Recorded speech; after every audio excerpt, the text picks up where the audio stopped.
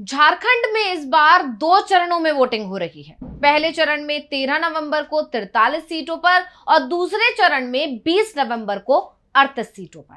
23 नवंबर को काउंटिंग होगी। झारखंड में 5 साल से इंडिया गठबंधन की सरकार है। हाँ, 5 महीने तक चंपाई सोरेन सीएम बने थे, जो अब बीजेपी में चले गए, यानी उस वक्त वो जेएमएम में ही थे, ये सभी जानते हैं। उनका कार्यकाल सिर्फ अगर छोड़ दिया जाए तो बाकी के 4.5 साल से हेमंत सोरेन राज्य के सीएम हैं। इंडिया गठबंधन इस बार भी हेमंत सोरेन के नेतृत्व में ही विधानसभा चुनाव लड़ रहा है। ऐसे में यह सवाल है कि क्या एक बार फिर हेमंत सोरेन सत्ता में लौट रहे हैं। झारखंड 2000 में बना था, लेकिन इस राज्य में राजनीतिक रूप से स्थिरता पिछले 10 सालों में ही आई है। 10 साल में झारखंड में सिर्फ 3 सीएम देखे हैं, जबकि उससे पहले 14 साल में यहां इतनी बार सरकार बनी और बिगड़ी कि कोई भी सीएम 5 साल तो दूर 3 साल लगातार सीएम पद पर नहीं बैठ पाया। 4 से 5 विधायकों के कुनबे ने अपने हिसाब से सरकार बनाई और गिराई। यहां तक कि मधु कोड़ा के रूप में राज्य को ऐसा सीएम भी मिला जिनका किसी पार्टी से संबंध ही नहीं था। एक बार तो सरकार 10 दिन में ही गिर गई। राज्य के पहले सीएम बाबूलाल मरांडी को 28 महीने में ही सीएम पद से हटा दिया गया। तो अब तक कैसे कैसे बदले झारखंड में राजनीतिक समीकरण, इसी पर आज हम अपनी स्पेशल रिपोर्ट में करेंगे बात। नमस्कार, मैं हूं अंशिता। बिहार से अलग कर 15 नवंबर 2000 को झारखंड राज्य का गठन किया गया था। झारखंड में पहली सरकार बाबूलाल मरांडी के नेतृत्व में बीजेपी की बनी, लेकिन यह सरकार मात्र 28 महीने ही चल पाई। बीजेपी के पास बहुमत नहीं था। सरकार निर्दलीय और सहयोगियों के सहारे चल रही थी। सरकार बनने के 2 साल बाद ही बाबूलाल मरांडी के खिलाफ कुछ विधायकों के तेवर इतने तीखे हो गए कि सरकार ही संकट में फंस गई और अपनी सरकार बचाने के लिए बीजेपी को मरांडी की जगह अर्जुन मुंडा को राज्य की बागडोर सौंपनी पड़ी। लेकिन उन्हें भी सरकार चलाने में पसीने छूट गए और इस बीच 2005 में झारखंड में विधानसभा चुनावों का ऐलान हो गया। झारखंड में 3 फरवरी से 23 फरवरी के बीच 3 फेज में वोटिंग हुई। चुनावों में बीजेपी सबसे बड़े दल के रूप में उभरी, लेकिन इस बार भी उसे बहुमत नहीं मिला। चुनावों की अगर बात करें तो झारखंड में 2005 में जब चुनाव हुए तो बीजेपी को 30 सीटें मिली थी और इनका वोट प्रतिशत रहा था 23.57%। वहीं जेएमएम को 17 सीटें मिली थी और वोट प्रतिशत रहा था 14.2%। कांग्रेस भी 9 सीटें जीत पाई थी और वोट प्रतिशत रहा था 12.05%।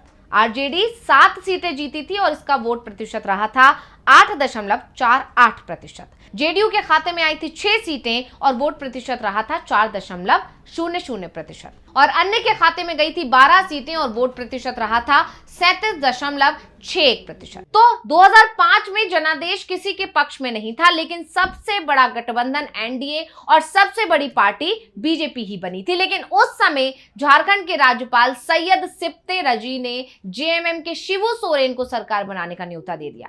शिबू ने सरकार भी बना ली। राज्यपाल ने उन्हें बहुमत साबित करने के लिए 30 दिन का समय भी दे दिया था।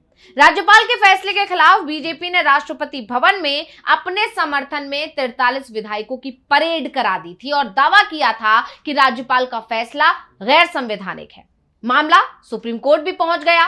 कोर्ट ने बहुमत परीक्षण तत्काल करने के आदेश भी जारी कर दिए और पासा पलटता देख 10 दिन मुख्यमंत्री रहे शिबू ने विधानसभा में बहुमत साबित करने से पहले ही इस्तीफा दे दिया और अर्जुन मुंडा एक बार फिर राज्य के मुख्यमंत्री बन गए। अर्जुन मुंडा ने निर्दलियों के सहारे विधानसभा में बहुमत भी साबित कर दिया।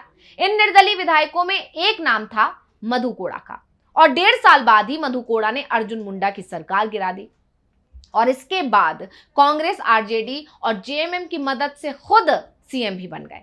लगभग 2 साल तक उन्होंने सरकार भी चलाई, लेकिन इसके बाद कोड़ा की किस्मत ने उनका साथ छोड़ दिया और जेएमएम शिबू सोरेन को सीएम बना दिया गया। यानी झारखंड विधानसभा के दूसरे कार्यकाल में चौथी बार सीएम पद की शपथ हुई, लेकिन फिर भी विधानसभा का कार्यकाल पूरा होने से पहले उसे भंग करना पड़ गया। दरअसल जब शिबू सोरेन सीएम बने तो वो विधानसभा के सदस्य नहीं थे, बल्कि सांसद थे। ऐसे में शिबू सोरेन को 6 महीने में विधानसभा की सदस्यता हासिल करनी थी। इसी बीच तामड़ सीट पर उपचुनाव का ऐलान हो गया। शिबू चुनाव में उतरे, लेकिन सीएम पद पर रहते हुए उपचुनाव हार गए। शिबू को सीएम पद से इस्तीफा देना पड़ा और राज्य में राष्ट्रपति शासन लागू हो गया। राष्ट्रपति शासन 19 जनवरी 2009 से 30 दिसंबर 2009 तक लगा रहा और इसके बाद चुनाव हुए तो बहुमत एक बार फिर से किसी को नहीं मिला। और 2009 के जो विधानसभा चुनाव है उनके नतीजों पर अगर नजर डालें तो बीजेपी के खाते में 18 सीटें आई थी, जेएमएम भी 18 सीटें जीत पाई थी, कांग्रेस 14 पे सिमट गई थी, जेवीएम को 11 सीटें मिली थी और आजसू को 5 सीटें मिली थी, राष्ट्रीय जनता दल को 5 सीटें मिली थी, अन्य के खाते में 10 सीटें आई थी। यानी एक बार फिर झारखंड अनिश्चितता की स्थिति में फंस गया था। ना किसी दल और ना ही किसी गठबंधन के पास बहुमत था। एक बार फिर से निर्दलीय किंग मेकर बन गए थे। जोड़ तोड़ का खेल फिर से शुरू हुआ था और शिबू सोरेन एक बार फिर से सीएम बन गए थे। लेकिन इस बार शिबू सोरेन बीजेपी से गठबंधन करके सीएम बने थे। लेकिन किस्मत ऐसी कि इस बार भी वो सीएम की कुर्सी पर ज्यादा दिन तक नहीं टिक पाए, क्योंकि शिबू के सामने समस्या वही थी। वो विधानसभा के सदस्य इस बार भी नहीं थे, वो अभी भी लोकसभा के ही सदस्य थे और विधानसभा चुनाव लड़ने के लिए उन्होंने सीट की तलाश करना शुरू कर दिया था।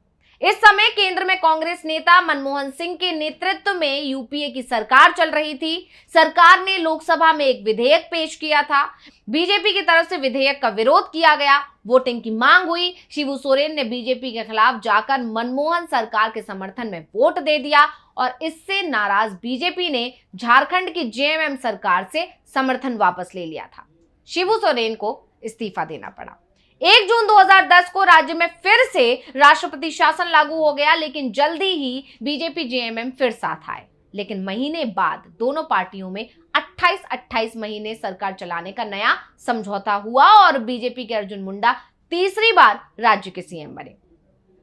मुंडा 26 महीने सीएम रहे, लेकिन इसके बाद जेएमएम ने यह सरकार गिरा दी और राज्य में फिर से राष्ट्रपति शासन लागू हो गया। इस बार राष्ट्रपति शासन 6 माह रहा और फिर कांग्रेस के समर्थन से सीएम की कुर्सी संभाली जेएमएम के हेमंत सोरेन ने। हेमंत सोरेन शिबू सोरेन के पुत्र हैं। 17 महीने तक हेमंत सोरेन राज्य के सीएम रहे और फिर राज्य में चुनाव की घोषणा हो गई। इस बार नवंबर दिसंबर में 5 चरणों में वोटिंग हुई और इस बार भी किसी पार्टी को बहुमत नहीं मिला। हाँ, एनडीए जरूर बहुमत का आंकड़ा पार कर गई और ये पहली बार था जिसमें सीएम पूरे 5 साल तक नहीं बदला गया।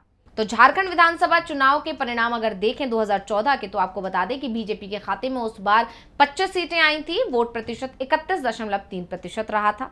आजसू 5 सीटों पर जीत हासिल कर पाई थी और वोट प्रतिशत 3.7% रहा। जेएमएम 19 सीटें जीत सकी थी और वोट प्रतिशत 20.4% रहा था। कांग्रेस 7 सीटें जीती थी और वोट प्रतिशत 10.5% रहा और अन्य के खाते में 13 सीटें आई थी और वोट प्रतिशत 34.1% रहा था। तो आजसू बीजेपी के साथ गठबंधन में चुनाव लड़ी थी, इसलिए 81 सदस्यीय झारखंड विधानसभा में बीजेपी के पास 42 विधायकों का समर्थन हासिल था। केंद्र में भी नरेंद्र मोदी के नेतृत्व में बीजेपी की सरकार बन चुकी थी, इसलिए बीजेपी के सामने ज्यादा परेशानी भी नहीं थी। बीजेपी की तरफ से रघुवर दास ने 28 दिसंबर 2014 को राज्य के मुख्यमंत्री पद की शपथ ली।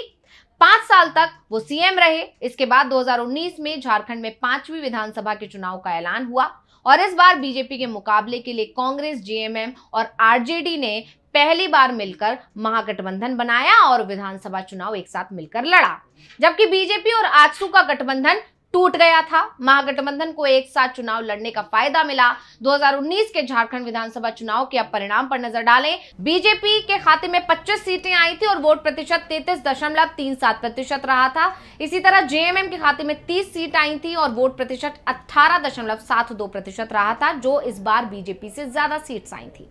कांग्रेस के पास 16 आई थी और उनका भी वोट प्रतिशत 13.88% रहा था। आजसू 2 सीटें ही जीत सकी थी और वोट प्रतिशत 8.10% था और अन्य के पास 8 सीटें चली गई थी और वोट प्रतिशत 34.3% रहा था। तो इसके बाद हेमंत सोरेन ने 29 दिसंबर को सीएम पद की शपथ ली, लेकिन 2 फरवरी 2024 को उन्हें ईडी ने मनी लॉन्ड्रिंग के मामले में गिरफ्तार कर लिया, जिसके चलते उन्हें इस्तीफा देना पड़ा। हेमंत की जगह जेएमएम विधायक चंपाई सीएम बने, लेकिन हेमंत को 5 महीने बाद जमानत मिल गई। तो जेएमएम के विधायकों ने एक बार फिर हेमंत को सीएम पद संभालने के लिए कह दिया। इंडिया की बैठक बुलाई गई, जिसमें हेमंत को विधायक दल का नेता चुना गया। 4 जुलाई 2024 को चंपाई ने सीएम पद से इस्तीफा दे दिया और हेमंत सोरेन एक बार फिर से सीएम बन गए।